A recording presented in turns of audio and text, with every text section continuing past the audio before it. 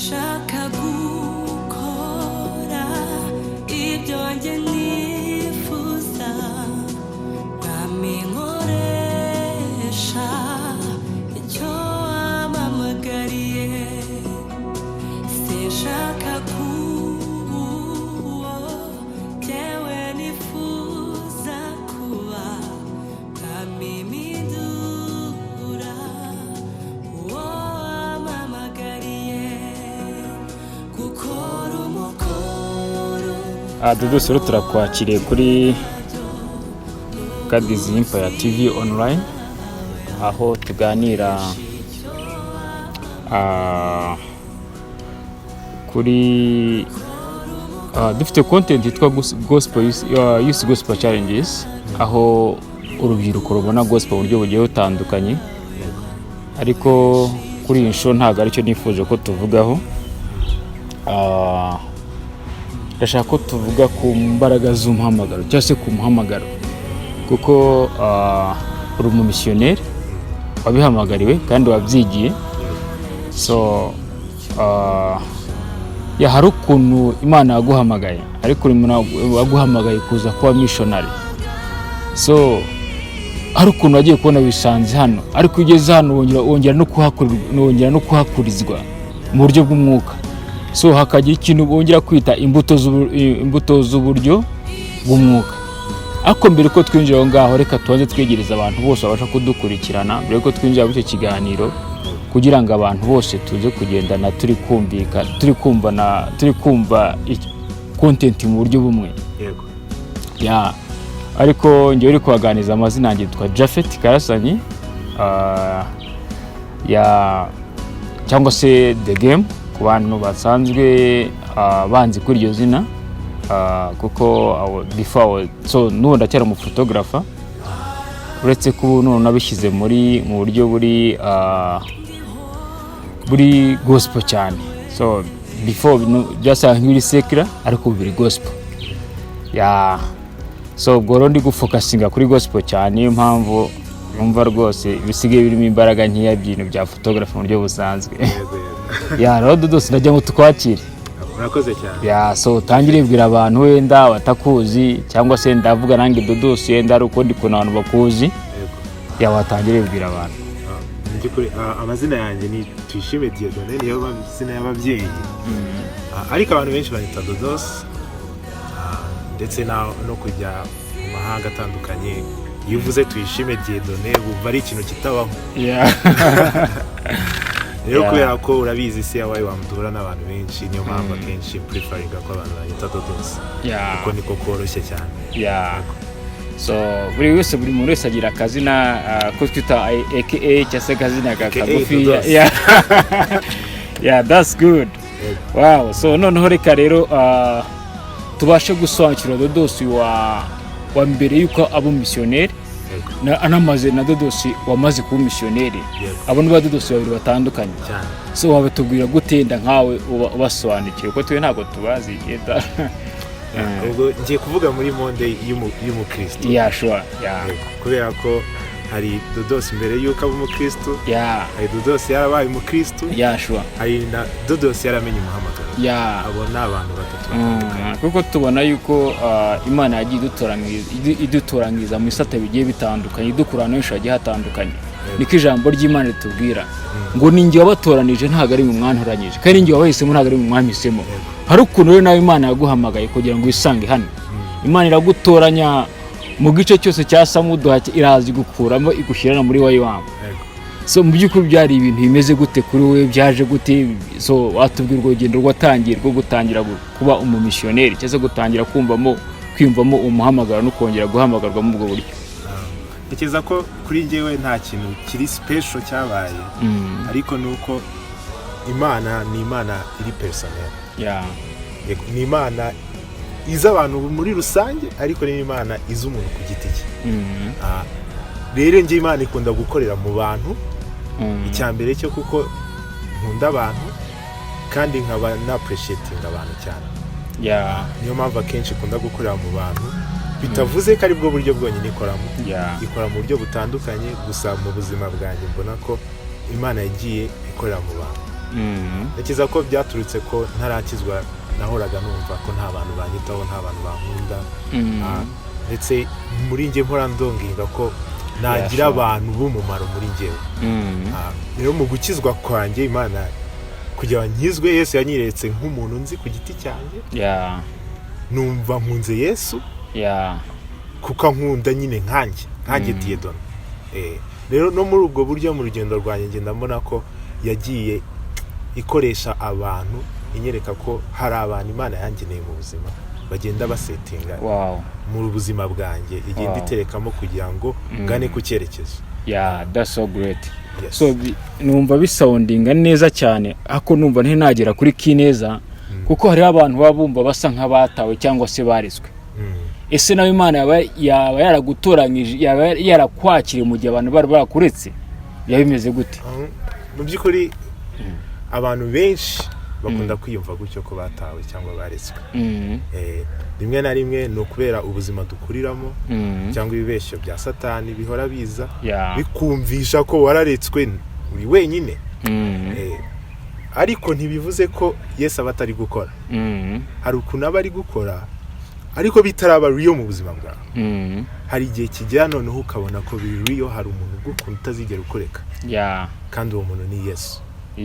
Yasize byose arabisiga kabisa kugira ngo aza kubona. Ntekereza ko urukundo ruri sacrificial kandi Yesu niwe rugero rwiza rw'urukundo. No si ibyo bintu byaje gute wahuye n'abandi so gute wahuye n'umuntu wenda muri wowe kugira kurarikira wayiwamu nyine byaje kwikora gute kugira ngo umve wisanze hano? Rero nje nyimara gukizwa nari mfite umuriro wo gukorera Imana cyane. Ndacyawufite. Byari umuhe mwaka? Byari muri 2017 gutyo. 2017. So buri muntu wese agira impamvu zituma yumva akizwa yakira agakiza. We niye mpamvu yawe nyamukuru yavuze ati reka nakira agakiza kuri uyu munsi cyase kuri inshuro basi mbashe guhindura ubuzima bwanjye. We niye mpamvu yawe y'agakiza? Impamvu yanjye y'agakiza ni urukundo. Yes. Nagiye gusenga, nangaga gusenga kubera amateka y'insengero numvaga hari ibintu byinshi byo kwiyoberanya n'ubwibone n'ibiki. Numva sinkunda gusenga. Ariko nakureye mu muryango ukunda Imana. Ariko nakunda kujya gusenga. Umunsi umwe rero nagiye gusenga. Imana yakoresheje umubwiriza ubutumwa cyangwa umuspeaker yamuhaye message yanjye imbwira ko Yesu arankunda ngiyewe ku giti cyanjye. Niyo yaba ari njye uri ku isi yari kuza kampfira kuko arankunda. Icyo gihe rero nibwo nafashe umwanzuro nanjye ko ati ngomba kumukunda back. That's so great. Ndetse urukundo namubonanye ndusharinga abandi. Nikiza ko naho ngaho byahereye. Ubuje ngo we kugira ngo rwose Imana ikwigerero yakweretse urukundo kandi yakubwiye kwigukunda cyane. So ndumva bisa nk'ibitangaje kuko n'impamvu rero nkubwiye nti buri wese agira impamvu z'agakiza ke nkuko mfite impamvu y'agakiza kanjye, mfite impamvu nabaye mu Kristo nahise mbinzira ya Kristo. So ubwo nawe Imana yagukuruje urukundo niyo mpamvu yatumye mu Kristo. So ubwo se wabwira iki ku bandi bantu wenda bari nabo baricaye nyede gutyo bumva badakunzwe n'iki?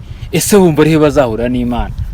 Ko numva yogura n'Imana bisa nk'ibintu byabaye like n'urukundo ruhambaye cyane kubera yuko simva ari ibintu bya buri wese. Ntekereza ko duhora twumva ubutumwa bwiza.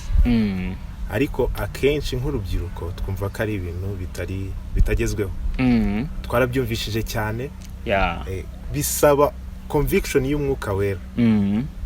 Niwo ushobora kuza bya bintu wumvishije bigahita bitangira kuba bizima mu buzima bwawe. Ariko buri gihe bisaba wowe ko utera intambwe yo kwemera. Ari commitment ukora. Kuko iyo utayikoze ntago uzayitushya, ntago uzayitupfa. Ariko ntago Imana izange gukurisha imbaraga gusa ngo turamarobo ngishyemo ibintu bitari. Buri gihe bizasaba ko hari willing yawe yo gusekinga Imana. Igihe rero wemereye ya calling ibikubwira. Buri gihe iyo wumvisha ubutumwa bwiza wowe utarakira hari uwo mutima muri wo kubwira hey wawirinze wafashe uwo mwanzuro. Igihe utarawufata rero ntago bizigera bihari yo mu buzima. So thank you so much. Ubwo tumenya impamvu zagakiza kwawe aho like kuba umukristo byaturutse kugeza usanze hano muri wayiwama. Ariko ubwo ngo tubonye ko Imana yatangiye kukuyereka ndetse igukuje urukundo rwayo. So no turashaka rero n'ukuntu waje kwisanga hano muri wayiwama. Byo byaje gute? Yego, kwisanga muri iyo connection yaturutse byaje gute, bitangira gute? So none ngira ngo uyu n'umwaka ngira ngo akange bamaze muri wayiwama. Ni nko wa gatatu. Yego. Yanga. So ngatubura ukuntu muri imbere y'imyaka 3 n'Imana yagusanze kugenda kuzana muri wayiwama. Sinzi niba warigeze kuba muri ino phase aho uba ufite umuriro w'Imana. Ukorera Imana ariko kumva Imana ntiri kukubona. Kumva urasenga cyane, uriyiriza cyane, urasenga kugira Imana ikuvugishe, ntikuvugishe. Kose ko nkora cyane nita ku bantu bose nkakora umurimo w'Imana mu rusengero ko nkora 24 hours 7 days, ariko nkaba numva ntari kubona Imana, ntari kumva Imana, ntari kuyibona. Nuko nguko nayo imeze mbere yuko nisanga muri wayiwa. Narakoraga cyane, nkakorera Imana cyane, nkatendinga cyane, ariko nkumva hari ikintu ndi kubura. Iyo nshaka kinsubiza sinsubiza. Iyo nshaka kuganira nayo sinzi uko nganira nayo. Yego nshaka gusenga ariko nta magambo ndi kuvuga, ariko ntago ndi kumva imvugisha. Yego. Nuko iyo phase nari ndimo. Rero nari ndi gukora muri Sunday school. Noneho umuyobozi wa Sunday school yari umuwayiwama. Ubusanzwe usengera muri torero? Sengera muri ADPR. Yego. Ubwo ni ADPR ya Samudo? Yego. Wari umuyobozi wa Sunday school se cyangwa? Nari umuyobozi wa Sunday school ariko ntaratangira kubyinjiramo cyane. Abana barantinya kubera ubwanwa bwinshi. Wewe warangije secondary? Nari nararangije. Wow. Ariko nyine nari mfite umuriro mwinshi ndacyawufite. Gusa nari ndi muri phase aho ntegereje, hari ikintu nari ntegereje umwaka utaha. Bityo bituma amashuri mbanyahagaritse, nari nagomba kujya muri US. Sizi nibizo nkuru nazi. Yes. Nigeze kuzumvaho. Rero mu gihe nari ntegereje, ariko nari mfite free time yo kujya noneho nkorera Imana wholeheartedly. Nta kintu kingota. Iyo muri yo dedication nibwo Imana yohereje uwo muntu w'umufama wayiwama, wari umuwayiwama mbere, noneho ansharinga ishuri nshobora gukora mu gihe ntegereje. Numva birashimishije, ambwira amafaranga numva ni menshi. Gusa turavuga tureka twizere. Naje mbanza mfite nk'ibihumbi 20 ngomba kwishyura Neva y'ibihumbi 600. Gusa Imana yishyuye Minervare, nta mwenda mbamo. Imana naho ngaho yatangiye kuniyereka. Icyo navuga nuko iyo uri umukristo hari ukuguhamagarwa rusange. Ko gukorera Imana mu byuzi, mu byubona. Ariko hari n'undi muhamagaro uri specific Imana yageneye buri muntu wese. Bigusaba rero gukomeza guseekinga Imana no guhishurirwa kugira umenye ko muri iryo hamagarwa rusange harimo n'umuhamagaro wawe bwite. Nkuko natangiye nkubwira ko Imana ari Imana ikunda abantu twese, ariko ari n'Imana ikunda umuntu ku giti cye. Rero muri iyo general calling nawe harimo part yawe n'umuhamagaro wawe runaka. And ubuzima bw'Imana buzatangira kuba real mu buzima bwawe igihe umenye uwo muhamagaro wawe. Ariko mu gihe utarawumenya ugomba gukomeza ugakorera muri uwo muhamagaro rusange ariwo tuzi. Hari akantu kantushije ngo waje ufite 20 kandi Imana iza kwishyura school fees yose yarangira. Hano tuzi ko muri we mwishyura amafaranga 600. So numva ari good testimonies, like numva kandi iri too big. Numva wadusangizeho gatoya uburyo yatacinze umutima wawe, ukuntu byaje, uburyo yumvaga icyo gihe, basi ko tubwiro gatoya ukuntu urwo rugendo Imana yarubanyimo nawe. Icyo ndabwira abantu batwumva nuko gukorera Imana bisaba kwizera.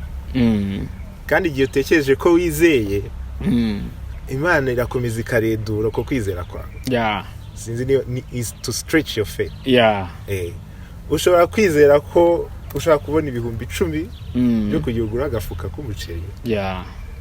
ariko Imana none igastretchinga ko ugomba kwizera ko Imana ibwishyure inzu maybe rent ni 120 igakomeza igastretchinga ko ushobora no gutangiza ministry ya miliyoni 20 kandi byose ni mu kwizera kandi byose ya providing so muri icyo gihe ngewe nizeraga ko Imana ishobora kwishyura amafaranga baza nshobora kuvugana n'inshuti zanjye nshobora gukoresha uburyo bwanjye rwose mu mirimo yanjye yose amafaranga nabona ntekereza ko atarenga 200 iyo 200 nakoze cyane sinumvaga ko nshobora kugeza ku 600 ariko byasabye gusenga cyane byasabye kwizera cyane ko Imana ishobora kuyatanga ndetse hari abantu hari igihe uba wumva wabaye down ukumva bitashoboka hari icyigisho nakundaga kumva kivuga ati don't give up on your faith.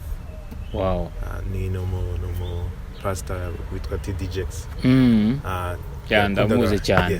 Kundaga kwigisha uburyo utagomba kugivinga up kuko igihe numvaga ngomba gukwitinga mu byo wiringiye. Guma mu byo wiringiye paka. Ni iryo jambo ryo ryamfashije guhora mvuga ati let me press nkomeze kabisa nizere ko Imana izayatanga. So nanjye ibyo nkubwira nanjye ni enda igihe kimwe ni byango ko ntanga full testimony ninjya kuri kamera nzayisharinga ariko abona nigeze kwa ryamijoro rimwe mvuga ngo man nyine amafaranga 300 yo kwishyura DTS kuko ndabyuka igihe baza muri DTS bati abafite imyenda mugomba kwishyura wari bugasanga nta mafaranga so akabase man wamamagaye cyangwa please ni wari wamamagaye binyereke ngaragariza ko ari we wamamagaye so kuko kumenya ko ari Imana yaguhamagaye naje gusanga ari ibintu bisaba imbaraga nyinshi no kubishakisha mu buryo bw'imbaraga kubera ko mu by'ukuri iyo uri mu muhamagaro hari aho ugera ukavuga ati se kuko aho yaba ari ngiye wihamagaye cyangwa ko ni Imana ugatangira kujya gushidikanya nk'umwana w'umuntu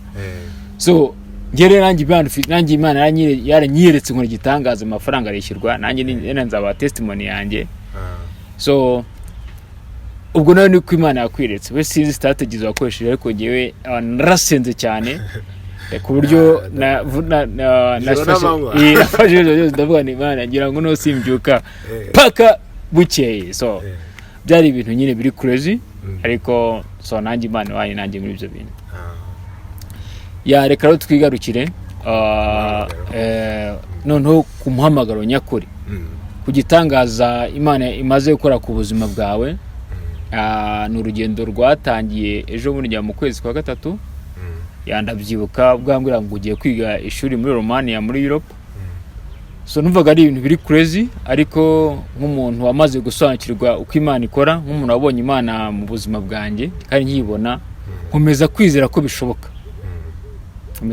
bishoboka kandi nawe ntugeze ugive upinga so ntugeze wumva nawe urekuye cyasureka nawe ukomeza kwizera rwose no gusenga tubona Imana irabikoze wada turagutse igihe Europe muri Romania so kano kanyongera garuka bero turi mu kwezi kwa 6 amezi 3 yarashize so watubwira urugendo rwo kuva hano mu Rwanda mugenda hongo Europe nicyare kibajyanye no so nyine like ukatubwira story yose muri rusange inkuru yanjye itangira nakoze umwaka ushize mu kwa 7 nibwo nagize exposure yo kugira ngo nje muri mission yitwa Frontier Mission ni ukujyana ubutumwa ahantu butaragera ubwo butumwa rero twari tubujyanye muri Kenya mu gice cya tribe bitwa Rendile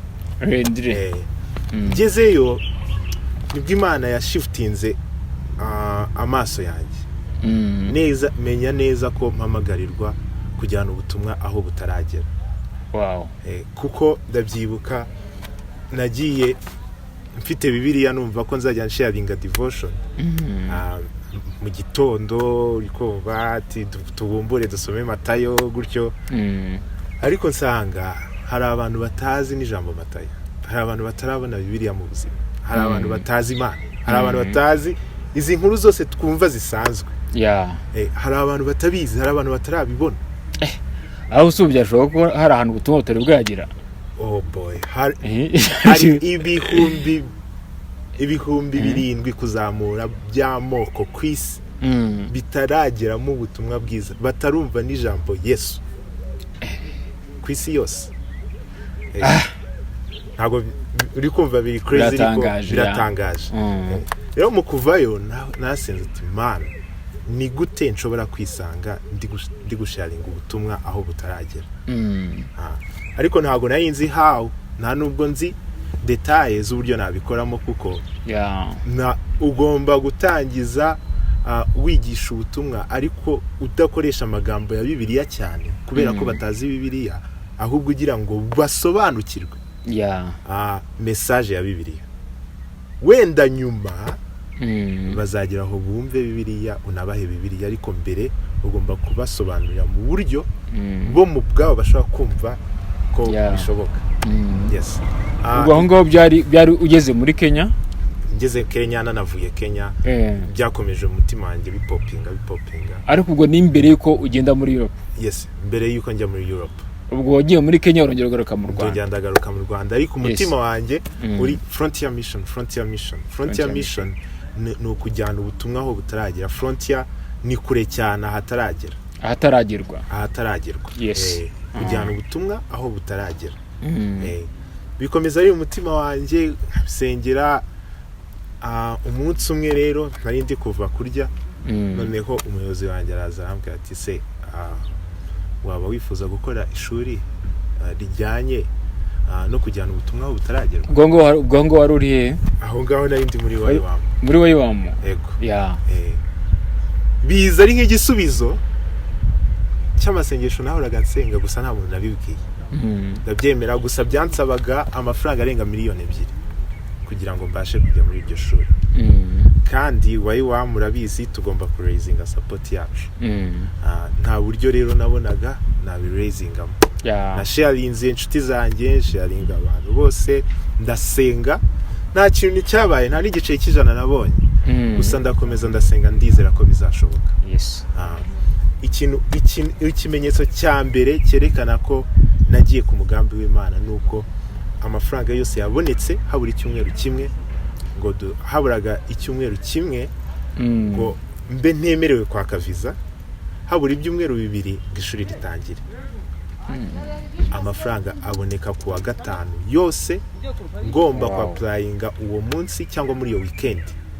Kuko iyo bigera kuwa mbere ntago nari kuba nyifite amahirwe yo kubona visa. Nuko Imana yatangiye gukora, yose araboneka, amafaranga yose n'ingendo kujya muri Kenya kwaka visa, ndetse na trip n'indege byose byabonekeye umunsi umwe. Icyo nicyo kimenyetso cya mbere. Basi watugerageza wagerageza kutubwira hisho y'umutima wako kanya ukuntu wiyumvise ubaje kuri icyo gitanga gikoretse. Nazengurutse bezi yose kwiruka gaserebura. Kuko Imana kugira ngo ikore igitangaza mu buzima bwawe ntago bisaba ko ibanza igacanira amazi ngabire, ishobora guhita ibikora ako kanya, muri ako kanya mu masegonda. Warasenze imyaka n'imyaka ariko igahita ibikora mu masegonda make cyane, kuko ni Imana ikora ibiruta ibyo twibwira. Yego. Ibyo biraboneka. Njye gukora visa byasabaga ko ukora interview, warangiza ugategereza iminsi bakazaguhamagara. Nagezeyo ntanga dokima zanjye, uwo muntu nahaye dokima mbaza utubazo, arambwira ati genda wishyure, ndagenda ndishyura kuko amafaranga yabonetse. Ngarutse arambwira mu passport yawe ahita ateramo visa. Kumbe umuntu nahaye ntago yari umuzamu nkuko nabikekaga, yari ahubwo umuntu ukoresha interview. Wamusanze kuri gate se? Nasanze kuri gate babandi nyine kuri gate, ariko hari nundi wenda nko kuri reception ubutekereza. Twese dutekereza ko ubanza kujya kuri reception. So nge nayizi ko ndi guha mu receptionist. Kumbi nuwo ngo ukoresha interview. Ubwo ari umusanze he? Nari musanze ku kazu kagishe nkwa kundi mu reception aba yicaye. Umuha dokima akakubaza ziruzuye, yego, nkahagiye kuziha ugukoresha interview. Nambwa ati wagiye ukabanza ukishyura, ndagenda ndishyura, ndaza arambwa wamaye na passport yawe, ndayimuha ateramo visa. Come on. Ubwo mba mfitigaranye nk'icyumweru kimwe kujya ngende. Icyumweru kimwe aba host hari haje team iva muri Amerika mu rusengero bita Bethel bari indirimbo za Bethel bari baje gukora outreach muri Kenya bahita batubwira hey mwaje se mukatujoininga tugakorana ubutumwa bwiza muri Kenya njya muri Kenya kumbi kujya muri yo outreach harimo umugambi w'Imana ko ikomeza guprovidinga kuri ngewe nkurayo abantu nkuko nakubwiye Imana ikorera mu bantu abantu nanubu bakiri mu buzima bwanjye bumva calling yanjye ban supportinga financially uwo wari umugambi w'Imana ndetse tugezeyo Imana ikoresha umwana umwe wari uri kwiga ishuri rya Bibiliya kumpanurira amanurira ko ahantu ngiye kujya ntago yarabizi yarazi ko ndi kumwe na Bethel ariko amanura ati ahantu ngiye kujya azavamo abantu bazakwadministering bazakuyobora kujya mu muhamagaro wawe neza so ni ibimenyetso byinshi nagiye mbona binyereka ko ishuri muri ako kanya niho Imana impamagarira ngeze mu ishuri rero ho noneho byabaye ibirenze kuko nabonye detail principles z'ukuntu ushaka gusharinga cya cyifuzo nakubwiraga sinzi uburyo nshaka gusharinga ubutumwa ahantu hatazi bwa mbere kubera ku isomo rya mbere kugeza ku rya nyuma byari igerekanye uburyo pieces to pieces ushobora gusharinga ubutumwa ahantu hataragira ubutumwa bwiza irangije Imana imana umuhamagaro w'ahantu ngomba kuzajya kujyana ubutumwa impa abantu bitwa Somalis baturuka muri Somalia, Djibouti, Ethiopia, Kenya Somalis n'aba Somalis gusa Somalia ni igihugu kibamo aba Somalis gusa ntago ari cyo cyonyine kibamo aba Somalis kuko no muri Kenya babayo no muri Ethiopia babayo na Djibouti kuzamuka kujya no kwisi yose kuko ni impunzi nyinshi zihari zituruka muri Somalia nuko Imana yampaye umuhamagaro muri iryo shuri ndetse ngaruka ubugubu ndi kwitegura kugira ngo noneho nzajye kuri field noneho sharing ubutumwa bwiza butaragera mbega ndumva ari nkuri hambaye gusa ni ngari cyane kandi biragoye kwizereramo ariko Imana yavuganye nawe ngo nahari inzira wizera ko ntashobora kuboneka inzira n'ikimana ikora kuko ngo ni Imana imenagura ibihome ndetse igakuraho imisozi niba ikabiringaniza ku buryo ngo ibasha no gutembesha akagezi gato mu butayu ahataboneka amazi so rero ni Imana ikora ibikomeye kandi ikora ibihambaye niza ntashidikanya yuko ngo iyaguhamagaye yindi yagufashwe ikakubwira ngo ngwino ngo ntago izigere ikurekura itarakuyezo yakuhamagariye kugera cyane rwose amena so ngo ntago izigere kurekura ukuboko ngo utaragira ugomba kugera byo ngiyo Imana yacyagufashwe kandi iracyahagaranye nawe ndetse yiteguye kuzakugeza kuri destiny yawe yes so komeza wizere Imana ko byose bizashoboka gusa ubwo kandi tugarutse se ni cye kintu wumva wenda wabwira amatorero cyase wabwira ama ministries kubera yuko mu byukuri uwo ntago ari umurimo wawe wenyine n'uruva ari umurimo mugari cyane kandi mu byukuri mbona amatorero cyangwa se ama ministries n'ama different organization bikore hamwe gukora icyo kintu cya frontier missions kugeza ubutumwa no bitari byagera byosho gutanga imbaraga so ese abantu bababwira iki ama organization babwira iki ese urubyiruko rundi bari mu kigero nk'icye babwira iki so nshaka message kuri abo bantu babiri message yabagenera icyo nababwira nuko Bibiliya ifite enda tugatse ku organization yes n'ama churches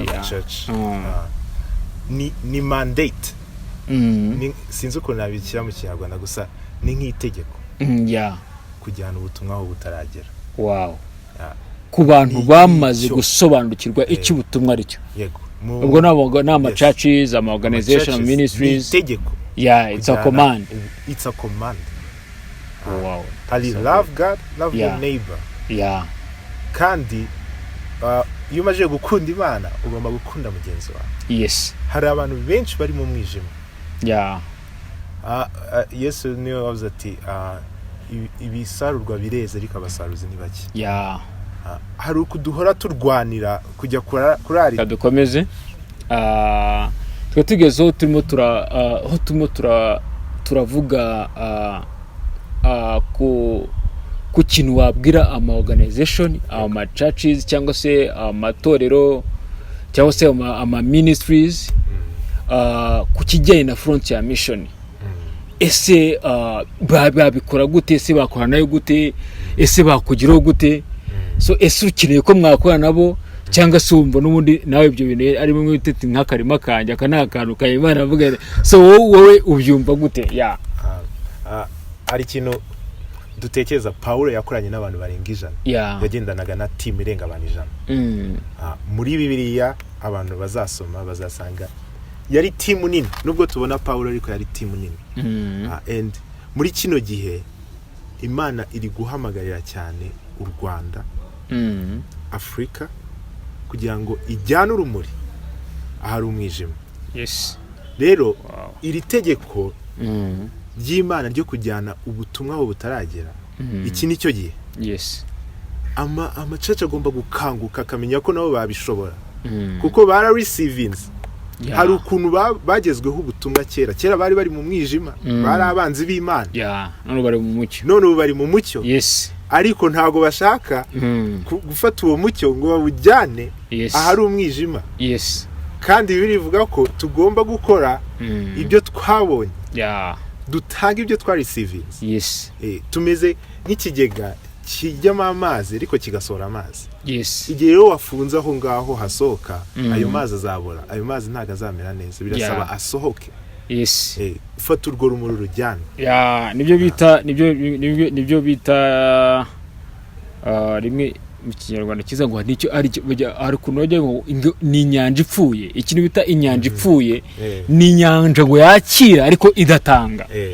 Iyo nyanja bayita inyanja ipfuye rero kuko idatemba. Yego. Nibyo rwose. Insengero twara receivings pe. Twahawe ubutumwa bwiza. Ubu ngubu byatangiye tutanasobanukirwa, ariko abantu benshi bize na theology ubu ngubu basigara abantu basobanukiwe. Igisigaye nuko tubujyana. Umuntu rero wifuza kujyana nanjye muri no muhamagaro, iki nicyo gihe. Yes. Nago nshaka gukora ubwami bwanjye, mureke tujyane urumuri. Mureke nk'u Rwanda duhaguruke tujyane urumuri aho rutaragera. Umuntu wese wumva ari interested, umuntu wese wumva ino message imukoze akumva niwe. Yes. Ndi kuvuga insengero, ndi kuvuga ama organization, ndi kuvuga abantu bari personal kuko no umuhamagaro wa buri muntu wese.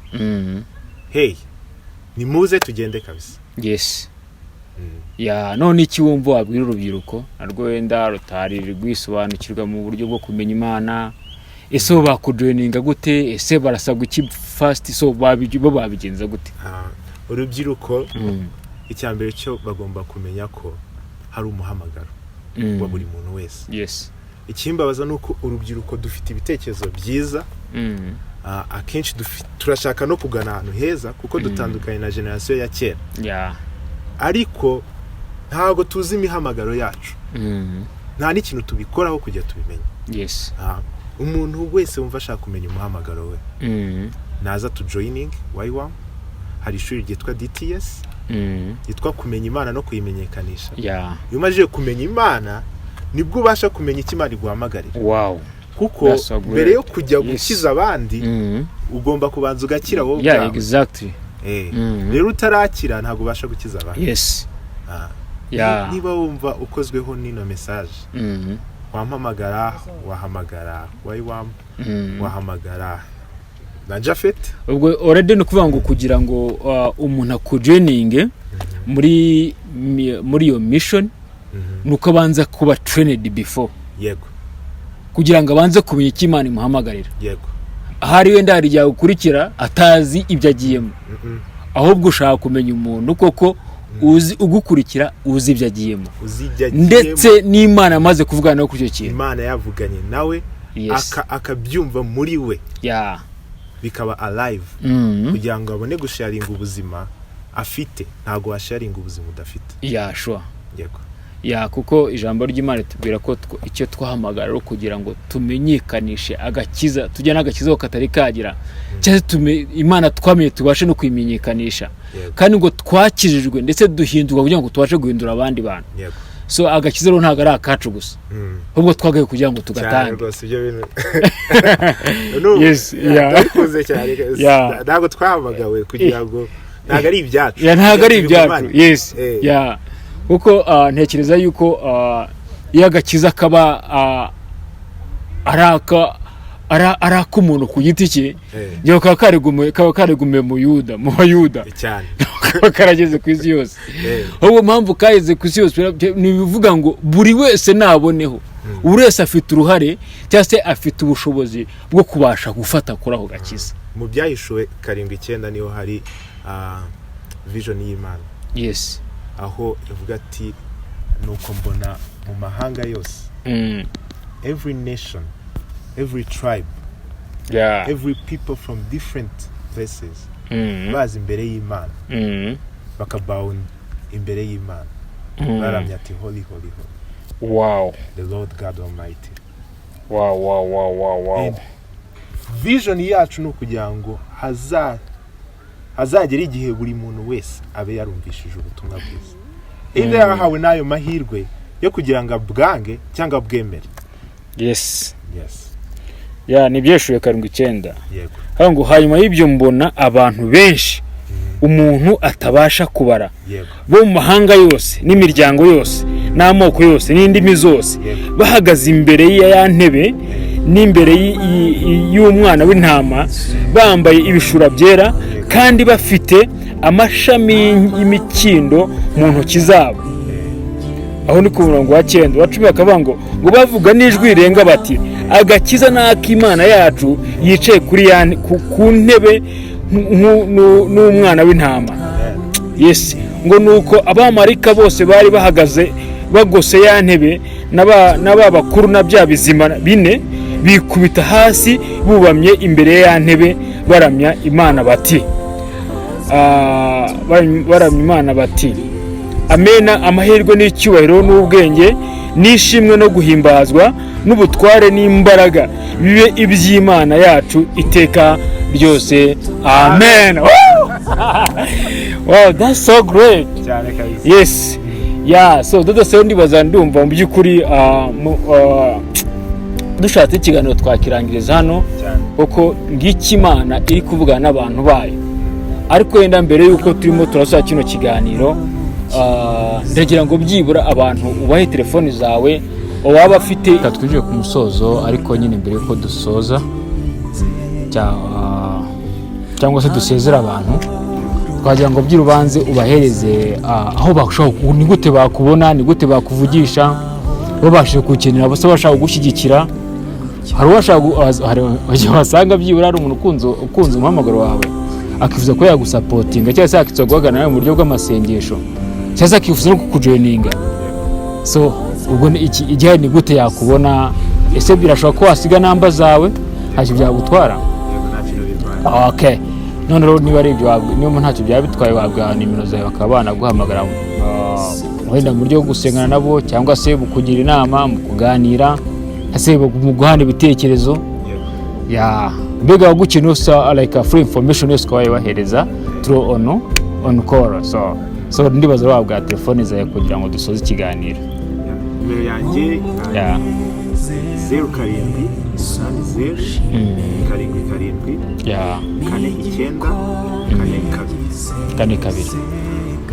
7 so Imana iguhe umugisha rero na email ya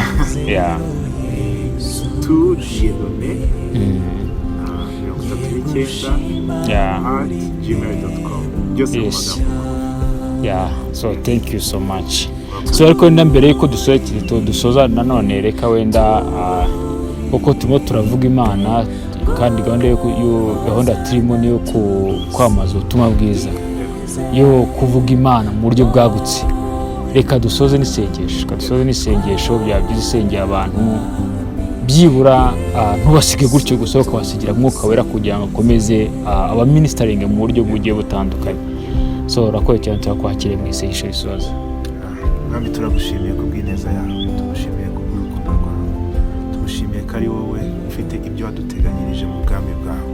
Nshimiye ko wemeye ko tugira uruhare mu kwagura ubwami bwawe, kuko byari gushoboka ko tutagiramo uruhare, twe tukamera nk'amarobo gusa, ariko wemeye gukorana natwe. Icyubahiro ni kibi cyane. Data, nsengera buri muntu wese uri hano kugira ngo agire guhishurirwa kw'icyo umushakaho, cya vision agomba gukora. Mwami, amenye uruhare rwe mu bwami bwawe, mu izina rya Yesu Kristo. Kandi nsinze kugira ngo Data ukorere muri buri muntu wese ushobora kumva kino kiganiro, kugira ngo Yesu ntasigare uko yari ari imbere, mu izina rya Yesu Kristo. Inzozi dufite ni ukubona Mwami buri mukristo afite inzozi, afite iyerekwa, ndetse ari gukorera muri iryo yerekwa, atari kugendera mu buriganya bwa Satani, aho Satani ashaka ko nta muntu n'umwe ukora icyo wamugambiriye gukora. Mu izina rya Yesu Kristo, bana na buri muntu wese ugiye kumva kino kiganiro, kandi hagire byinshi ukora ku buzima bwe, mu izina rya Yesu Kristo. Amen. Amen. So Dodos, urakoze cyane, Imana iguhereza umugisha. Tunabwira abantu, wenda turaza gusiga no telefone yawe hano hasi mu kiganiro, ku buryo wayishaka yanyura akaguhamagara mukabasha kuvugana. Kandi wagira waba afite ikindi gitekerezo yasharinga kuri channel, nta kibazo. Ibitekerezo byose twazagenda nibona, wenda byazatuma tubona part 2 y'ikiganiro, tukongera kugaruka mu kiganiro dusubiza ibitekerezo by'abantu n'uko abantu bagiye babona ibintu uko bitekereza, n'amakuru wagiye wumva ku matelefone baguhamagara, tuko twazabona aho dufatira ubutaha. Wenda niba ngombwa tugira part 2 tugakomeza ikiganiro mu buryo bwagutse. Yarakoze cyane, Imana igumisha, kandi wakoze kwitanga. N'ukuri turashimye, si ku bwacu gusa, ahubwo kubwo isi yose muri rusange, kubwo umuntu wese ushaka kumenya agakiza icyo ari cyo, ushaka kumenya imbaraga z'agakiza ku buzima bwe. Ni ukuri uyu ni umwanya ukomeye cyane ku buzima bwa buri muntu wari wese. So umwanya watanze ntabwo ari ubusa, turagushimiye rwose. Imana iguhereze umugisha, wakoze cyane. Amen.